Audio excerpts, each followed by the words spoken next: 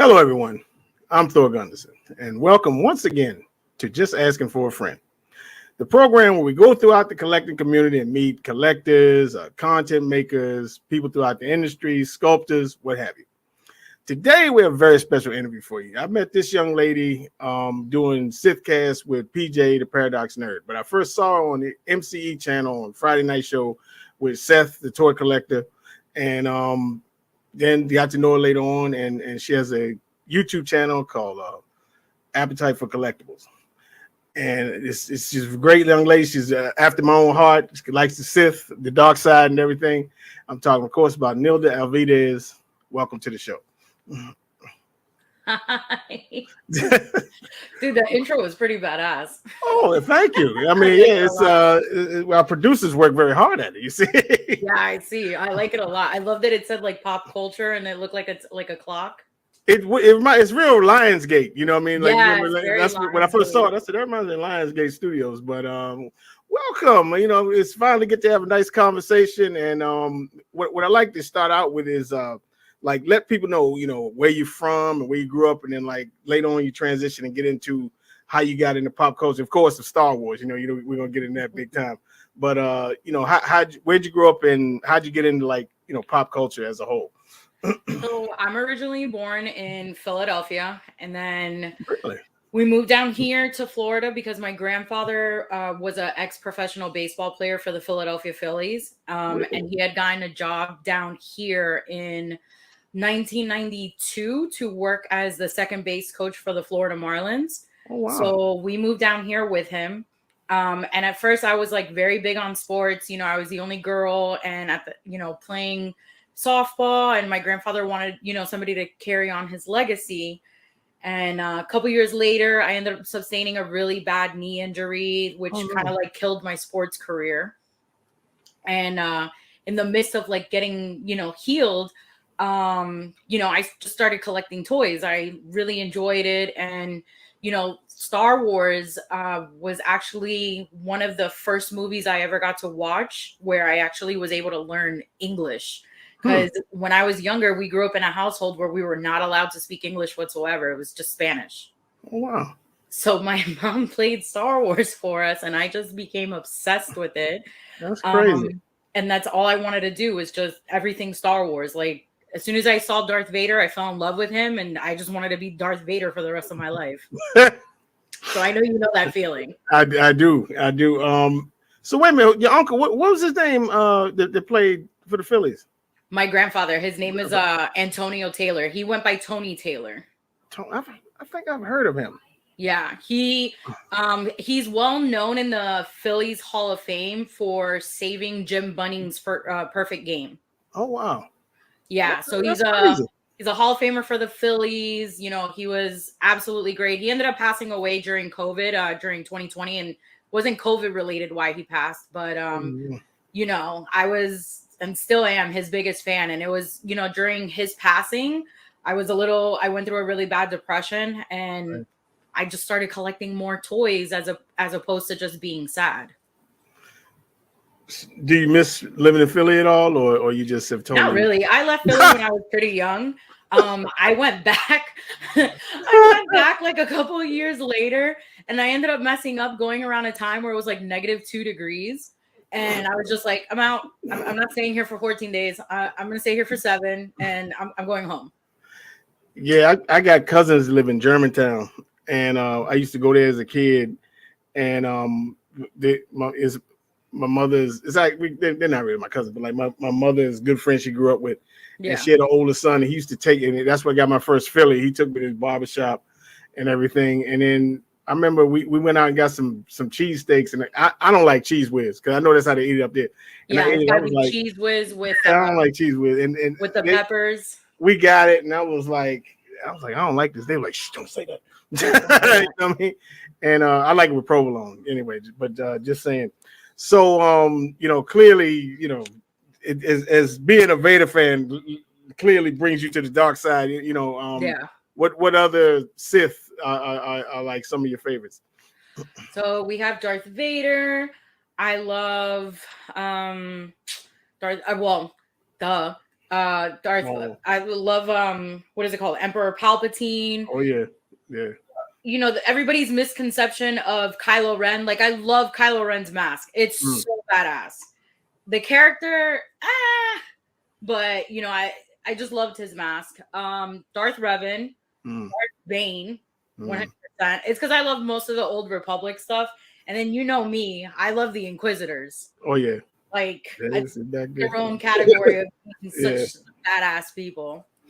Yeah, with Kylo Ren, initially I wasn't a big fan of his because you know I'm not a big fan. Like I grew up with a friend that he always flew off the handle and you know and felt like the world like so when I saw Kylo Ren it reminded me I was like, oh my god, this like you know because I always go to see the villain, you know what I mean, especially with Star Wars, and I was like, yeah, I'm not liking this. But like as it evolved with him and he became more calm and smooth, like I liked him better with that cape.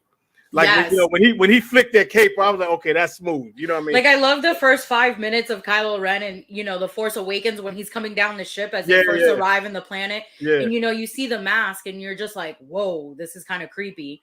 But then you know, you get to learn his character and you're like, oh, he's a little child. But the problem I had with his first outfit, I always thought he looked like Ghostface from Scream. Yeah. Like especially when he got that hood on, and I was like, he looked like Ghostface.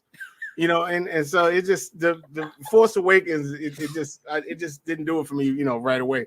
I mean, the saber's cool and everything, but yeah, the saber's pretty cool too. Yeah, but I gotta get it. I used to have the original premium format with him, but I gotta get another one, and everything. So, what would you say your favorite Star Wars movie is?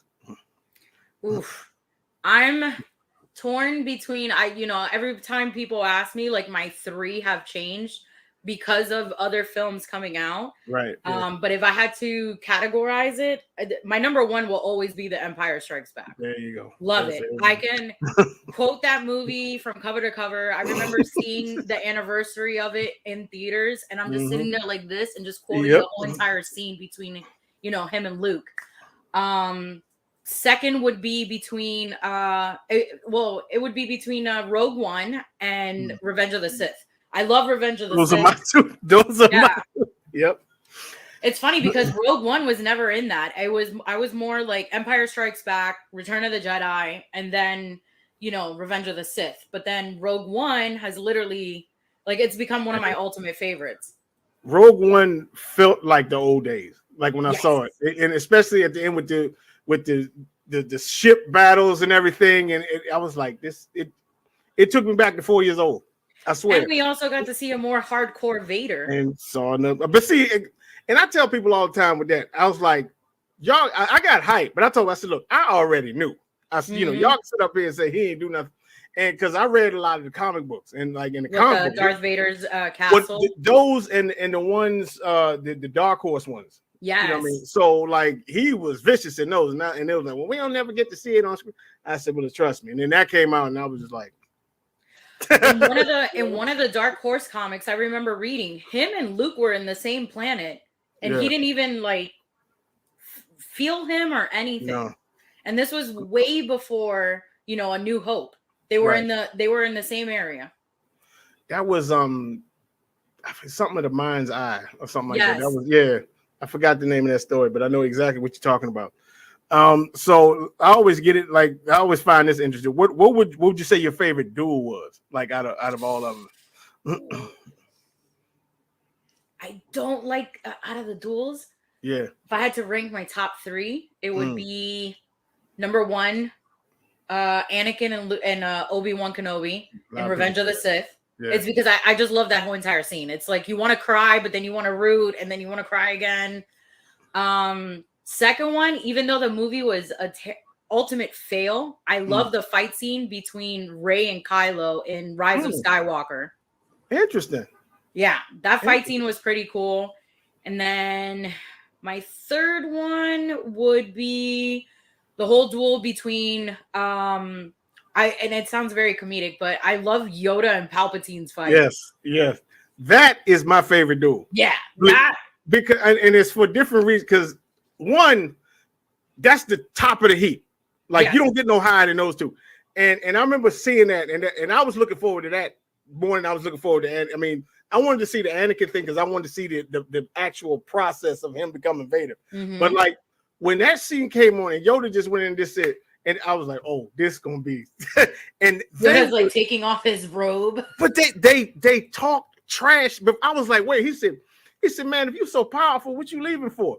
He said, you ain't gonna stop me. I was like, these families are talking trash. And I remember I was sitting there like, oh my God. I was like, this, and it was just, and I like that one because it came down to the Force because they were so powerful and everything. I mean, it wasn't as long as the other one, pause, but to me that was the best one. You know, was Yoda and Palpatine. I know there's like a ranking system when it comes to anybody in Star Wars. Yeah, but I know like Yoda, Mace Windu, Emperor Palpatine, and I forgot there's one more. I think it was Count Dooku. They're all ranked as 9. Yeah, right. So just to see 2 level tiered 9 people fight each other, it's it's to the death. Right.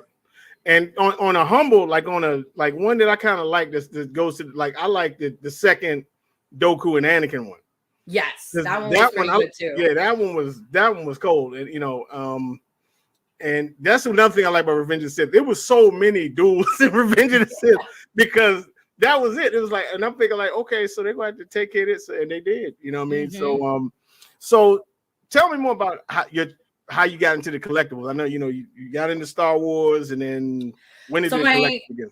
So my collection first started with Funko Pops, and I was collecting like a whole bunch of them, and it was just all Star Wars Funko Pops. And then eventually, like I had this massive wall of Funkos. It was only 200 of them. And I just kept staring at them like, this is a lot. And then, I would go online and I would see people posting stuff about different figures. And I'm like, man, that's cool. But in the beginning, I would be like, $200 for something like this? I'm like, nah, can't do it. I'll get the smaller version. So then I started collecting Black Series. And that was, like every collectible is another hole that you're diving into. Yeah. So then I stopped Funkos, started collecting all Black Series. And I was collecting the original Black Series, the red and black box. Collected all those. And then they started dropping off all the other waves. So next thing you know, I'm telling myself, like, I have like 300 Black Series and they're all in boxes and I don't want to take them out. But then eventually I'm like, why do I have all these toys that I can't take out? So I started taking them out. And then eventually they just started cluttering everything. And then I remember in 2020, after my grandfather passed away, the local comic book shop by me had dropped, and I love Darth Maul, dropped the Darth Maul sideshow of the Solo movie where he's sitting down on his chair. Yeah. And I saw that and I was just like, wow, you know what? That will be my first 200 and plus toy that I'll buy. And still to this day, I still have him. I will never get rid of him because that was my first sideshow I ever bought. Yeah, it's always one that draws you in, you know what I'm saying? And for me, it was the first Mythos Vader. And because I remember, I was on the side like looking online, like, and I'm like, $300. I'm like, I ain't paying no 300 until I saw that, and I was like, yeah, I don't care how much this costs, I'm getting it. You know what I mean? And it's always the one that brings you to the dark side and everything. Yeah. So what would you say your what do you collect the most now? Just figures or hot toys? Or right now it's like a mix. Like I have my top 3 ones that I'm collecting. So like I'm collecting some sideshows, some hot toys, helmets, and then the original vintage line over here. Oh, okay. Yeah, the vintage stuff, some of that stuff is expensive. You know what I mean? I got very fortunate that, back then, I was dating somebody who, owned a store and we were able to get, certain collections. And sometimes we wouldn't even I wouldn't get collections for like the store. I would get them for myself. So like my vintage collection, I remember we went to an estate sale and this guy was selling all the original figures, the loose ones. Wow. From from 77 and 80, I think it was like 77 and 83. Yeah. And I was like, man. So I started counting and I'm looking, I'm like, dude, there's like 94 in here. I was like, and some of them are doubles. So I was like, all right. So I start, organizing them, putting them by their weapons. I did the traditional, like collector thing. I washed them with Dove soap and made them sure that they were pristine. I wore glasses and gloves and everything. Oh, wow. And then I did a whole, my friend Joey the Padawan collector helped me do like a spreadsheet, and I was able to figure out which ones I had. Then I realized I had doubles, and out of those doubles, 5 of them paid for what I had bought these for. Wow. And then I got to keep 94 of them. And I think like the 3 most expensive ones that I have now is, I have the Han Solo with the carbonite. That's like $350. Right. For a little tiny figure. Yeah, that's crazy. The Luke Skywalker Stormtrooper one, that's $200. Jesus. And then I have where is it? I have the pop-up R2D2. That's I know. It's like $500. $500. I used to have that. Yeah. Oh my God. These little figures, I'm telling you. Everybody like jokes around. I see people throwing these away at like garage sales for like $1, and I'm like, don't mind me, I'll take them. So do you have any of the vehicles? I know the vehicles must be more expensive. Yeah, I have some of the vehicles. Like right now, I have 3 right now. I have it's just the vehicles or any of the play sets. So I have the Jawas play set, I have the Creature Cantina, and then the Snow Speeder. So I said once I move in November, I'm gonna start getting more of like the old school play sets. Right. So yeah, I remember when you were on MCE, you that's when you were at the store. Yeah. The collectibles. So like, talk about that. Like, so you must have seen a lot of collections come through there, because it wasn't just Star Wars. Because I remember seeing like all Ninja Turtles. And it was everything. We were stuff. getting. Like we would go to a different estate sales. One of them was a whole warehouse with Hot Toys. Some guy was going through a bad divorce, and he wanted to sell his whole entire collection. And we obtained 200 different sideshow exclusive XM Studio stuff. It was insane. Wow. Yeah, able to sell them little by little to people. I've seen Ninja Turtle collections. Somebody had all the original Transformer toys. And I sold all that really quick. Like I went on a Transformers Facebook page and just started uploading them on there. I would post like 10 pictures, the price, how much for PayPal, insurance, and shipping. And people were just buying it like on any of the collector Facebook pages. Jeez, man. It's all that stuff you named. I'm a little older than you. I used to have half of that stuff. Like, I didn't have them all, but it's just crazy to think about. These little figures we used to have back in the day are worth so much money now. I know. Like, I think about my turtle collection that I had as a kid, and if I didn't get rid of those, I'd be sitting with some pretty good toys. For real.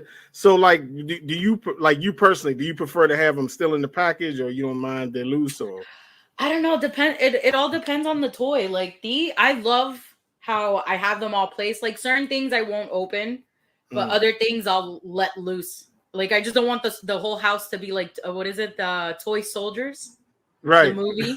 I don't want my toys attacking me.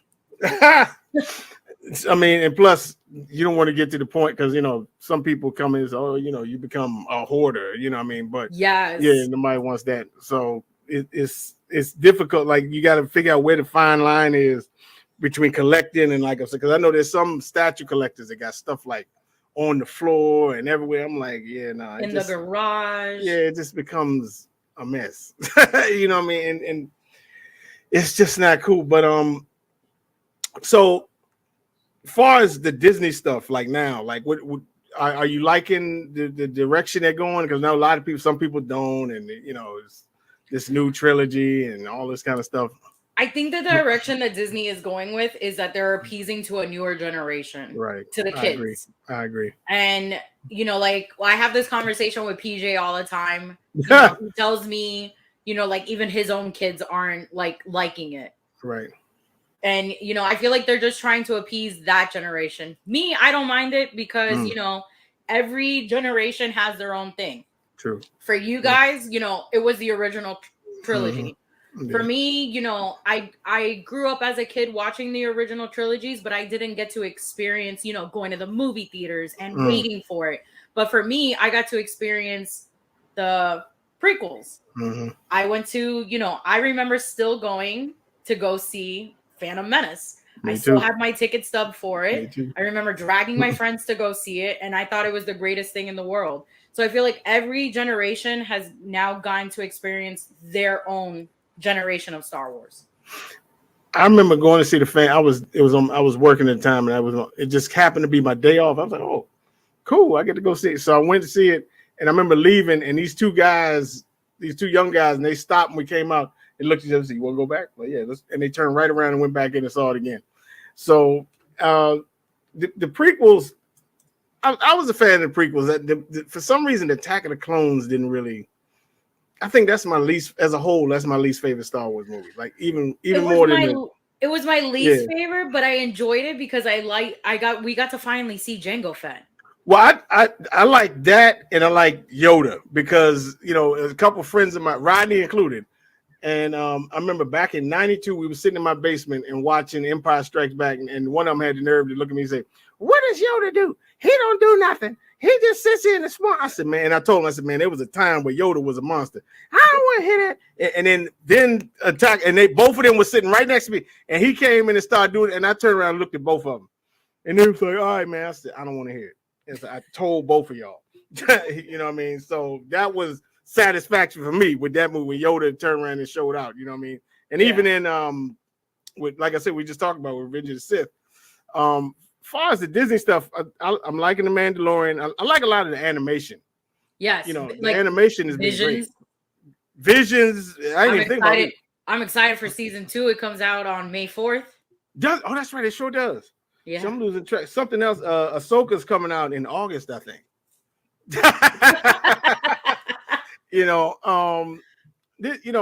I'm hyped, but I'm just staying reserved because this season of Mandalorian, it was okay to me. What did you think? It was yeah, it was like I didn't hate it, but I didn't like it. Like, if that makes any sense. Yeah, that's so, where I am. Certain episodes, I was just like, yeah, this is awesome. I felt like the second to last episode should have been the finale. The second to last episode was the first episode out of the whole season where I was actually hyped for the next week. Yes. The rest of them, I was like, and I'm like, okay. And then that one episode. No, go ahead. I'm sorry. No, I was gonna say, and the only one episode where I actually screamed loud as hell like a little kid was when we got to finally see who saved Grogu. Right. Oh, yeah. Jar Jar Binks. And that messed me up at first, and I didn't even know that was him at first. I was like, oh, that's Jar. I was like, oh, okay, yeah, because I forgot, but he looked like without the thing, and I said, oh yeah, that is him, and everything. When it very first came on, I said, is that Mace? And then I saw the lightsaber. Yes, everybody thought it was Mace Windu. Yeah, I said that, but no, it was. When I saw it was blue or whatever, I said, oh, that ain't him. Yeah. So I was halfway disappointed. Me, I was screaming. I was like, yes, he finally got his redemption story. Right. Yeah, that was cool. And then at first I wasn't liking it. And somebody kind of explained to me, that was like, well, the reason he don't want to be a Jedi because of Order 66. And I was like, oh, okay. But then, like, when they were trying to train him as a Mandalorian, and I was like, they are not doing this. And he's putting it, I said, they are not going to do this. And then, I was like, oh my God. You sound like Sean. You sound like Sean. Sean the whole entire time was like, if they put a jetpack on him, yes, he's like, I'm deleting my Disney Plus. I said, I can't do it. I kept saying that. So I was kind of relieved that they did the thing with IG-11, with the suit and everything. Yeah. I was like, because if they put a jetpack and a helmet on this little dude, I can't do it no more. You know what I mean? I still think it's coming. I hope not. I posted a picture today with him with a lightsaber. See, I'm thinking like, okay, like we've seen 3 of these things. We saw a little bit of Yaddle on Tales of the Jedi was great too. Yes, but I just feel bad for her. I know. And Yoda, like all the 2 previous ones were both Jedi Grandmasters. I'm thinking, it's like this is like Superman wanting to wear an Iron Man suit. It's like, this thing is can be extremely powerful. Like I said, he just needs to have. If he had a lightsaber, he just could contribute more, in my opinion. Yeah, you know what I mean. So it's just I'm like, yeah, if he's gonna be there, they gotta have him do something. Yeah. So but anyway, yeah. But as a whole, I'm liking it. They announced Rey is coming back and everything, and I think what I like about that, my problem with her was the whole time is that she used Luke / Anakin's saber the whole time. Yeah. Because every Force user, we anoint them with their saber. Like you can just spot, like, okay, that's Vader's saber, that's Maul's saber. And it wasn't until the end until she had constructed her, and she had like a light pipe. And I was like, oh, how cool would that have been? But she never used it. Nope. So I'm hoping in this new trilogy or whatever it is that that's what she uses the whole time and everything, And then I know today they just reported that the actor who plays Finn wants to come back too. I saw that. I didn't know if it was one. They said that he was going to. Yeah, I think they're considering about bringing him back. Yeah, that'll be interesting. Because he kind of got dissed a little bit in that too. Because the whole time he's yelling, Ray, Ray. I'm like, oh my God. He's like, I gotta tell you something. Yeah, and it's like, dude, But I think that was part of them changing because like they didn't have a plan for that whole thing. Oh no, that movie was so rushed. Yeah, and then everybody hated The Last Jedi and everything, and it just it just became a mess, and people start fighting, and I was like, oh my God, so that was the dark times, as Kenobi said. Yeah, it was the dark times. And so going forward, like, what do you see yourself evolving into statues or just? I like so badly want to buy a statue, but then sometimes I'm like, Jesus, why are they so expensive? It's like taking out a loan. But no, I know. I say it as for giggles. I'll eventually get one. Right. It's just that every time I think about getting one, then Sideshow drops like another hot toy, and I'm just like, yeah, this is gorgeous. Like the new Darth Vader that's supposed to be dropping. Oh yeah, I think I did see that. For the 40th anniversary of yeah, I saw that. So pretty. It's him without the helmet. Yeah. You get to see like the actual scar, and like the face sculpt is impeccable. It looks just like him. So you being a Vader fan too, how did you feel about Kenobi? Like with him, them bringing him back on Kenobi? I'll be honest with you, I loved Kenobi. Certain character developments on that show I wasn't a big fan, but I did love to see that Disney Plus was showing Vader just like choking the crap out of somebody and like snapping their neck, and I was just like, yeah, let's kill more people. Yeah, that's how we do it. I wish when we were doing the flashback scenes, like we would have watched him actually like kill the younglings in the Jedi Temple. But that's just me being sinister. Yeah, of course. But I loved it. My ultimate scene where like, I was hysterically crying like a little baby is, the duel between him and Kenobi. And, Obi-Wan says to him, like, I'm sorry for everything that's happened. And he's looking at him like, this isn't your fault. Like, I chose this path. And I'm going to, if I chose to be evil, I'm going to continue being evil. And then just that smile he made. But me, I was in the corner of my couch going like, don't look at me, I'm crying. So I knew he was going to lose because of what he said in A New Hope. You know what I mean? When he said, before, I was before I was the learner, now I'm the master something. Yeah. Everybody always assumed he was talking about Mustafar. You know what I mean? And then they made this up. That. No, I remember my favorite speech that he says, he goes, I haven't felt this presence in a long time. Yeah. And he was like, he knew Obi-Wan was there. And that was the presence that he felt from like the last time they saw each other. I love how those two, like the show and the movies tied together, because now you kind of know, like when Luke says, hey, I'm going to get you to Leia, like I'm going to get you to meet Obi-Wan Kenobi. She goes, Obi-Wan Kenobi, like excited. Exactly, yeah. Right. It's not like, oh, who's Obi-Wan Kenobi? Yeah. It's like, oh, I get to see him again. So, and it's funny because the week before the finale, when he's grabbing ships out of the sky and then he whips the third sister without even pulling the saber out, people are like, man, your boy is vicious. Then the next week, oh, he's a sucker. I was like, oh, I said, because he lost, he's a sucker. And then, but the thing I liked about it was, because I was mad, I ain't gonna lie, but when he told him, he said, you ain't kill him. I did. And like the look, and I was like, I said, he gonna have to sleep with that, like live with that the rest of his life. You know what I mean? So yeah, he lost, but up here, he won. You know what I He mean? won. So And it was. that's that whole line I love. He was like, Anakin's not gone. He's like, or you didn't kill Anakin. He He's said, like, I I did. did. Right. And it was just like telling him, like, don't feel bad. Like, I did this. I wanted to do this. Yeah. And you know, when he said that, he was laughing. He loved it. I loved how his voice kept changing.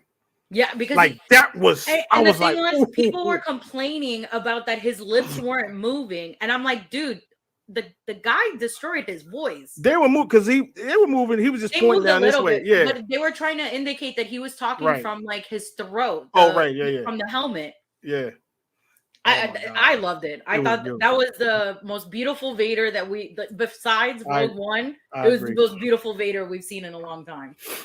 Oh, it's I know. If I could, I would discuss about Darth Vader for like an hour. I mean, I have no problem with that. You know? I remember when they first said it, and I was wondering, I was like, is James Earl going to do his voice? And it came on, and then I found out that wasn't him. Like that's AI. Yeah, so they took old recordings and used AI to be able to have like the conversations. I was like, I couldn't believe they still give credit to James Earl Jones. Oh yeah, he had to sell that. He had to sign over his rights. Yeah, but I'm pretty sure they paid him a good. Oh yeah, of course. Yeah, of course. They had to pay him up, but I was happy that like they didn't, because I couldn't, because to me that's like his soul. Like if you take away the voice, to me it just destroys everything. You know what I mean? For James Earl, you know, especially like somebody like James Earl Jones, when you hear him, you think of the two most iconic characters, Darth Vader and Mufasa. That's it. You think those are the only two voices or, you know, characters that this guy's ever done. You think of Mark Hamill, you think of Luke Skywalker, but you also got the DC fans as Joker. Yeah. So it's like those two, you can never, you know, those voices can never be changed by somebody else. It'd be terrible. You would be pissing off fans instead of bringing in fans. I remember when they told me that was Mark Hamill, and I was like, Mark Hamill, who? That was like Luke Skywalker. I was like, what? And I listened to it, and I saw, you know, they put it on. It said Mark Hamill, and until I actually saw like a featurette when they showed him behind the scene, I didn't believe it. Until I actually saw him doing it, I didn't believe it. And his voice, his voice as the Joker is creepy. He has such range. Like he can be goofy and laughing, and then next thing you know, he's got this whisper, and I'm like, oh my god, you know what I mean? And he's the best. It's like, and that's why Netflix had picked him to be the voice of Skeletor. For their... I ain't like him as Skeletor though. The laughing I did, but because he already laughs like that, like the Joker, I kept associating that with the Joker. That's why I didn't like it, because he sounded too much like the Joker for me. You know what I mean? Yeah. And it's just like, this is the Joker. You know what I mean? Like, let me close my eyes and think Skeletor. The problem with Skeletor, this is way back, you know, so this is probably before your time. Skeletor, this is one thing I gotta give Skeletor. Nobody dogged their subordinates better than Skeletor. Yes. Nobody did it better. Like, you witless fool. I used to be dying. Oh my god, poor Beast Man. He used to dog Beast Man. Yeah, really bad. You know, see, my brother. So I'm a huge Star Wars collector. My brother is the exact same way as me, but with Masters of the Universe. Really? So my brother has a whole like room set up and everything of Masters of the Universe. Like me and him joke around all the time, and we say like if we ever lived together, we would do a house like half Masters of the Universe and half Star Wars. No, my brother's collection is disgusting. Really? Yeah, it's. Sometimes I look at his stuff and I'm just like, I think you got more toys than I do. We might have to interview him. Does he have any of these busts or statues or anything? Or, I don't think he has busts. I think he just, most of his collection is like from the vintage line, like the original toys. Wow. Yeah. But I do also have another friend of mine named Alex, his name is Chef Alejandro. I lost the video on my old computer, but he has the largest, I think in South Florida, largest He-Man collection I've ever seen in my whole entire life. I'll send you his info so you can see it. It's pretty sick. He's got a whole, like, I think it's like a king size bedroom, and it's all dedicated. He's got the original Castle Grayskull. It's insane. He has every what is it called? It's every Grayskull castle, but from all different countries, sealed in boxes. Really? So he's got a Canadian one. He's got what is it? A German one. Like I was at his house, and half of the time I was like, dude, I don't even want to record. Like I just want to look at everything. Oh my God! So Yeah, we talking like every room or just yeah, almost every room in his house. I'll put you on with him. It's pretty insane. Jeez, yeah, we gotta find these He-Man people because I know my man Lawrence. Ooh, he's the only real hardcore He-Man collector that I know so far. Yeah. Oh my God, what was I going to say?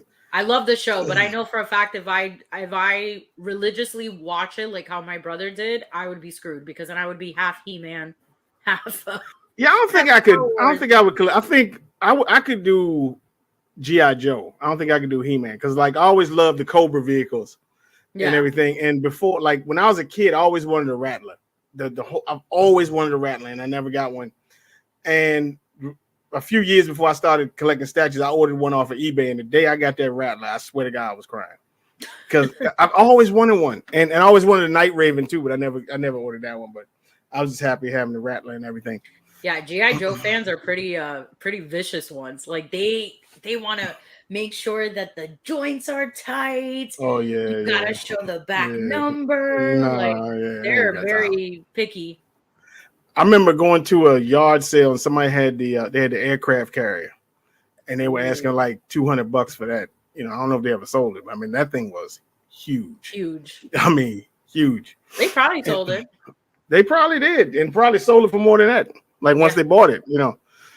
So how do you feel in this mostly male dominated hobby? Like, how you feel being a female collector? I like it because you know there's not that many of us. Right. So, you know, like when I started YouTube in 2020, you know, I was like really scared at first because I was just like, crap, you know, internet bullies are pretty bad. You know, I did my first unboxing of a sideshow piece and, you know, it was my first time. Like, I don't know what the hell I'm doing. You know, I don't know how to, you know, be rough with them, gentle. Like I didn't know. So it was like, you know, with every person who tries something for the first time, you got to learn.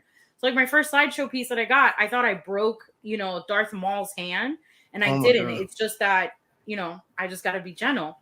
But I had people like putting like the meanest reviews. And, you know, yeah, like, oh, this is why girls don't play with boys' toys. Or like, you know, just like the weirdest comments. And, you know, eventually, you know, I told myself like, okay, I can't let what people say about me affect me. You know, I'm putting myself out there. But in time, you know, I started collecting more and, you know, talking on different YouTube channels and like people started respecting me more because they knew that I actually knew what the hell I was talking about. I may not be perfect at like, you know, positioning and, you know, how to properly place my toy, but you know, I know what I'm talking about. I love toys and this is what I like to do. Yeah, I was going to ask you, do you with the hot toy wise, do you because I see some of these hot toys collectors, they like to pose and make, and I mean some of them look great. Some of these scenes and stuff they make up. Do you just display them or do you got to like pose them and make a? I pose them, but like lately I've been getting into like, so for instance, and I'll send you photos and I'll turn the thing around. Okay, sure. You know, I have the Moff Gideon up there in the corner next to the TIE fighter. So when I got him a while back, I messaged my friend Joel and I was like, hey, how cool would it be if you made me a diorama of a TIE fighter that has already crashed onto the ground? And it's the scene of the Mandalorian when Moff Gideon is coming out. Yeah. And as much as like everybody was like, I don't like Moff Gideon. Me, I was like, hell yeah. Who don't like Moff Gideon? I had a few friends that were like, he's a terrible character. I was like, what are you talking about? I was like, it's freaking Gus Fring with a lightsaber. Give me these people's address. Oh my and you God. Know, I had the luxury of meeting him, so it was even like more intense. Yeah, and he's such a cool guy. So it's he seems like it. And this was probably one of my favorite sideshow pieces to get because it looks exactly like him. It's kind of creepy, and I didn't want it to just sit there in the stand that, you know, Hot Toys send you. So I was like, I got to put this guy in a badass diorama. So lately I've been into that. You know, my next one that I'm going to be picking up is I have a General Grievous hot toy, and I want to do the one where, I want to do the one where he's on top of, my buddy has already made it. I just have to pick it up. It's him standing on top of dead clones' helmets. Wow. And one of his sabers is going through a clone trooper. And my friend was able to get me just like a basic clone from Sideshow, and he drilled a hole in the middle of it, and his lightsaber is supposed to go in. Yeah, that's as collectibles go, that's one I regret. I used to have a Sideshow General Grievous premium format. I mean, I'm not, because I traded it for Darth Treya right here with Junior. So Junior still has it, but that's one I regret. I mean, I'm gonna have to get down. I don't like the new one, but the OG one, because it had the cape and everything, you know. Yeah. And it was. So it I was have great. the new one, and I guess depending on like what wave you got them in, because some people got one wave where it was like the joints were very loose, you couldn't position them well, and I don't know. I got lucky with this one. That's a figure. It's the. I think it's this. I have the box somewhere. Hold on. It is. That box is huge. Yeah, it's the premium. It's not the premium format, but it's the. Yes, the figure. Yeah. Yeah, the one. It was the first premium format. It was very delicate. Yeah. Like, I went to go pick it up. Like, I didn't get the box. And this was like during the pandemic. I met this guy in a parking lot, and he had it like with all these towels and stuff, and you know. But anyway, so what would you say your favorite collectible is? Like, if you could pick, or you can narrow it down to 3 if you want. You know. Ooh, out of my 3, it's hard. That's a hard question. I know it's so hard. My number 1 will probably be, and it's one whole entire thing. I have all the original Ewoks from 1983, but they're all. Oh, I remember. They're all graded, and they have all their what is it called? All their accessories, their weapons, and I actually have one that's completely sealed, and it's still in the original Kenner bag. Never been opened. Like, I literally submitted it to CAS in the baggie still, and they were cracking up because they were like, "This is still sealed," and I was like, "Yeah." I was like, "He's never breathed any air." It's just unfathomable to me that this stuff, I used to have some of these things, and it's just like, you know, now they're grading them, and like, I mean, nobody could have saw this coming, you know. But the pandemic, that's what happened. The pandemic made everything go up because people were bored, people were making money, and they had nothing to do with their money. You couldn't go out drinking, so what did you do? You bought toys. That is, oh my God, it's like.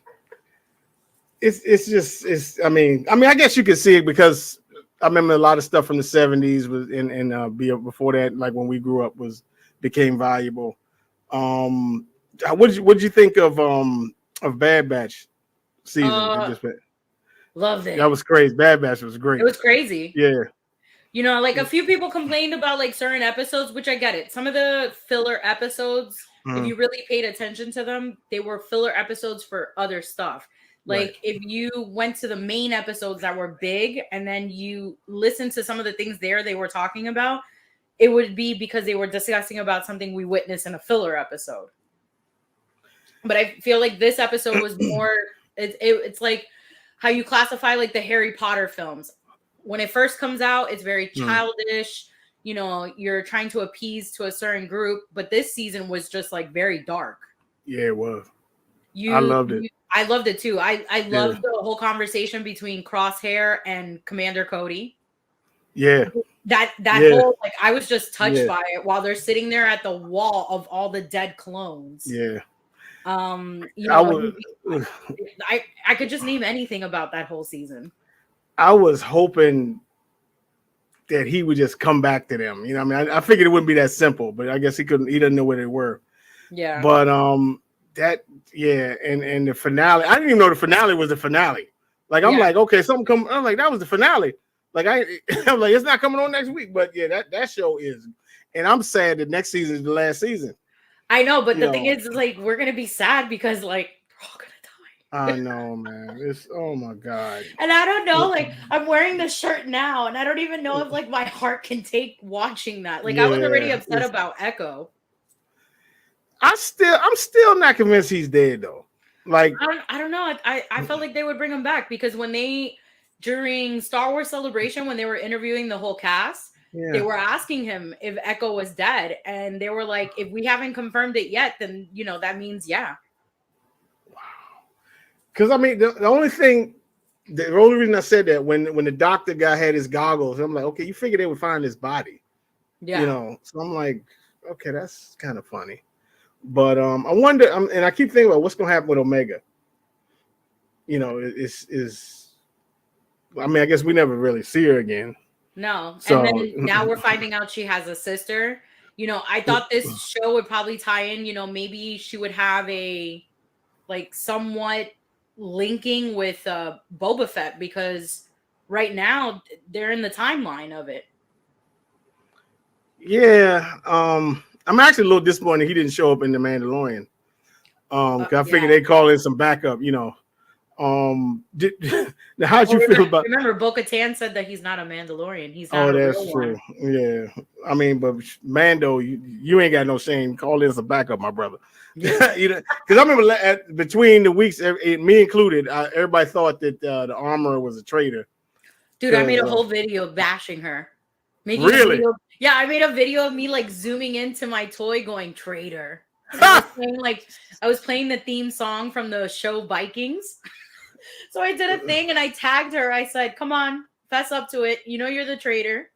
And she like looked at the video and she was like in her story. She saw the video? She saw the video. And like two people on their stories were like posting it to her. And she like later on made a video telling people like, and you guys thought I was the traitor? Oh, like, I just helped people. It was only one time something like that. I talked to your girl, Elizabeth Gruyon on Instagram. I know you did. And like she had gone, it was the first time going to Galaxy's Edge. And I wrote on her, I said, I wonder if these people know that the second sister's walking them. She said they had no idea how much danger they were in. I was like, oh my God. You know what I'm saying? Yeah. So I love her. Yeah, she was. I remember when that game came out, and I was like, because again, I'm a fan of Vader. Vader is the reason I love smooth people. Because like to me, he's the smoothest cat, save for James Bond, that I've ever seen in my life. Like, he doesn't get upset, doesn't raise his voice. No, Millennium Falcon got away. All right, no problem. All right, cool. We'll catch you later. And when you mess up, you die. That's it.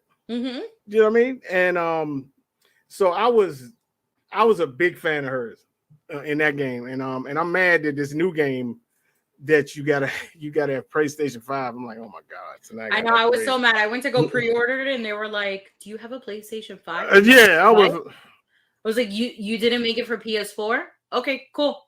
So I won't be buying it. Right. I'm not buying PS5 just for the game. I'll wait until a year and then you guys can give it to me. I do gotta get, because I want to play we call Ghost of Tsushima 2, and that's coming out on 5 also. You're so like, I'm like, I'll just I mean, it's not gonna be anytime soon, but I was like, yeah. I'll tell you this.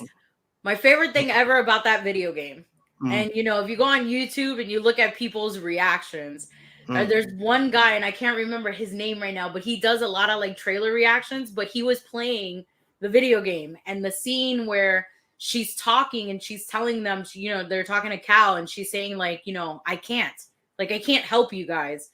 And then you just see woof, and you just see Vader drop. And then they show, I knew it. You could tell watching that game that she was like, something weird was about to happen. And as soon as I saw the drop, I was like this, Vader! And I remember screaming so loud with my friends as we were playing this. And my friends are like, are you about to have a heart attack? I'm like, dude, it's Darth Vader. He just choked the crap out of her. We have not seen this in a long time. And I hopped out to see. I said, Big Papa has shown up. Have you ever played The Force Unleashed? Yeah. I wish that was made like now with like the better graphics and stuff. But yes, that game was like, I was like, I didn't leave my house for like a whole weekend. whoo! And I remember when Rodney was playing, I was trying to, he was like, man, I can't pass this part with the Star Destroyer. I said, man, the Star Destroyer easy. He said, what do you mean easy? I said, man, all you gotta do is line that nose up and pull him in. Just really, he was like, for real. I was like, that's all you gotta do. It took me a while to get that part too. You gotta line the nose up and pull it in, and that was it. And then the problem I was having was grabbing the TIE fighters and like kind of smashing them. Yeah. But that was, it's a lot of these. I'm hoping they make a Mandalorian game, which they keep talking about.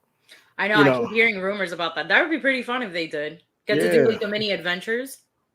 That would, I mean, it'd be something different because usually it's a Force user or something like that. And I keep hearing about this open world game, like Grand Theft Auto kind of style, where you get to choose what you want to be. Like you can be Sith, Jedi, bounty hunter, Mandalorian. I was like, okay, that'll be.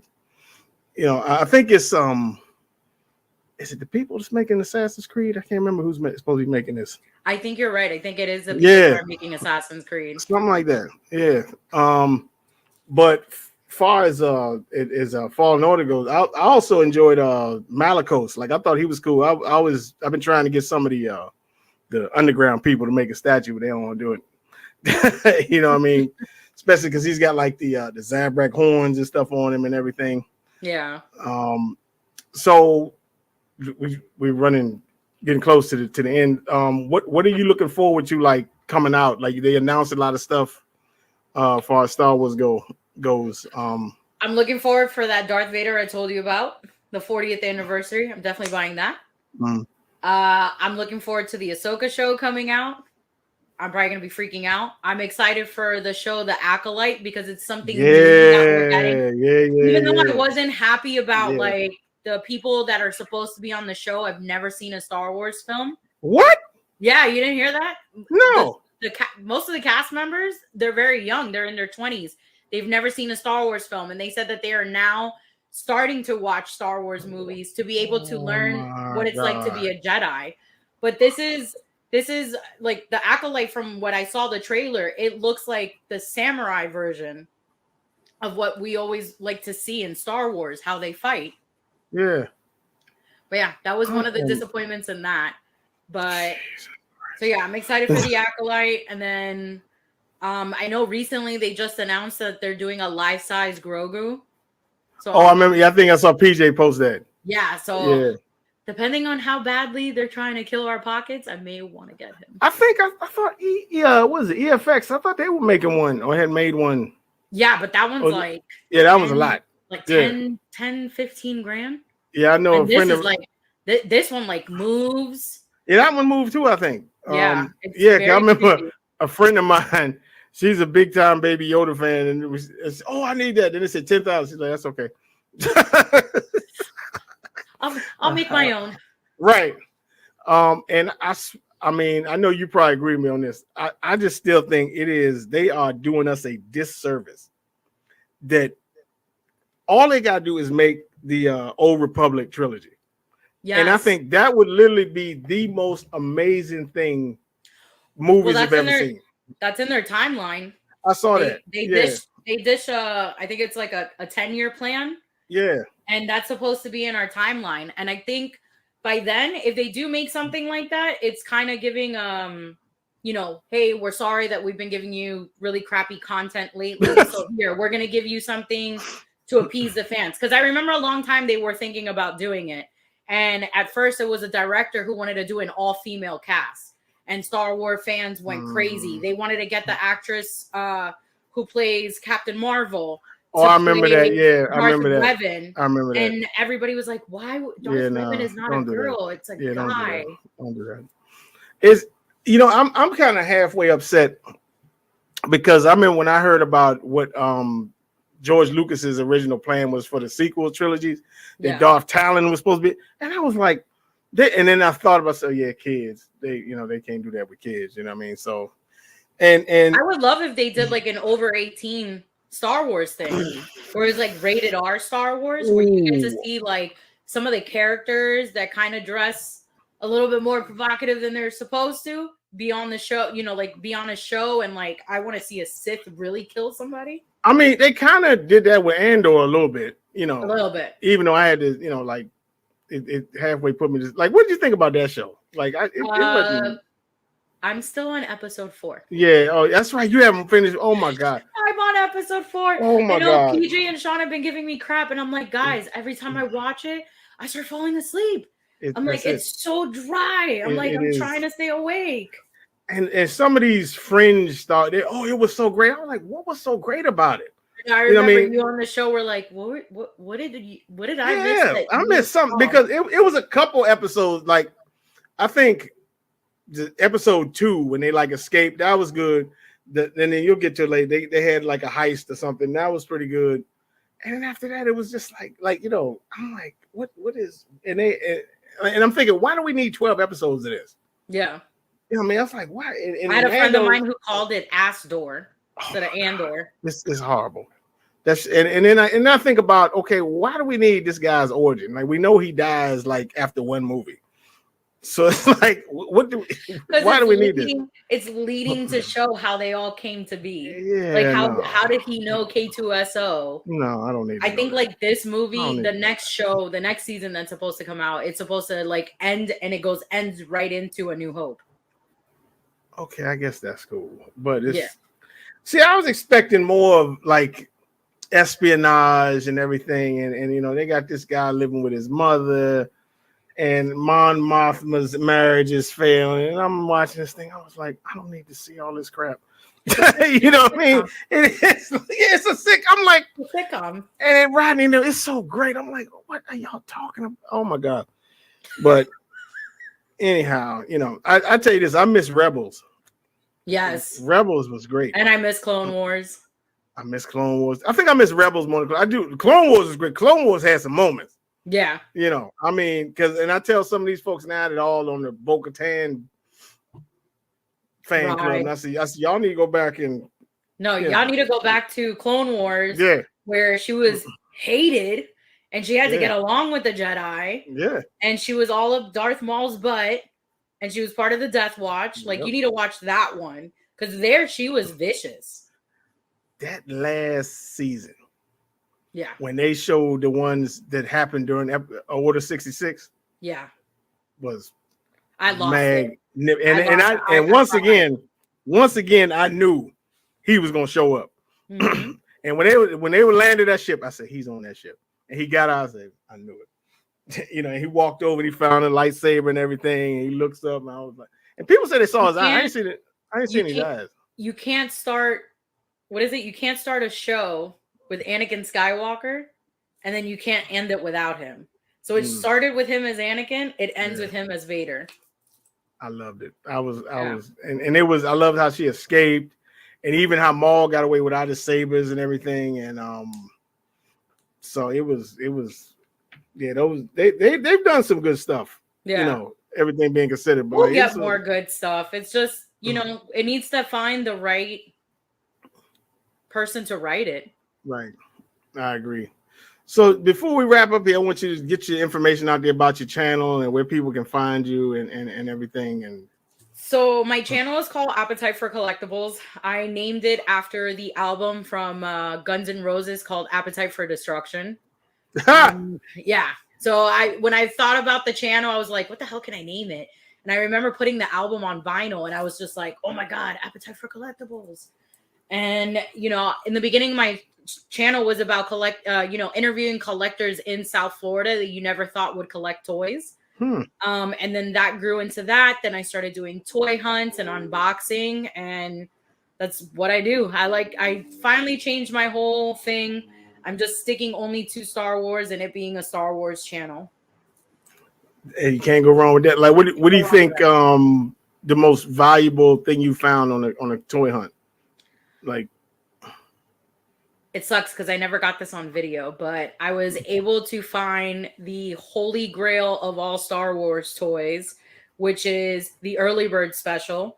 And if you ever watch the show The Toys That Made Us, it is the original first 4 toys that came out when Kenner decided to make figures. Found it at a garage sale, still sealed in the box for $20. Oh my! And you didn't get it? No, I got it. I have it somewhere. I have it sealed.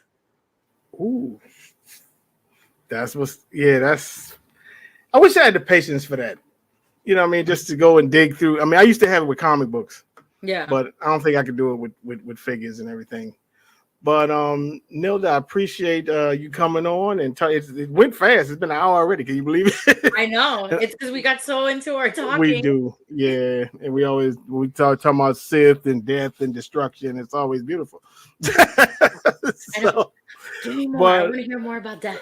I know, right? So we appreciate everything, and folks, I'm so glad you tuned in. And next time we got a very special interview for you, and catch y'all next time on Just Asking for a Friend. Bye. Take care, everybody.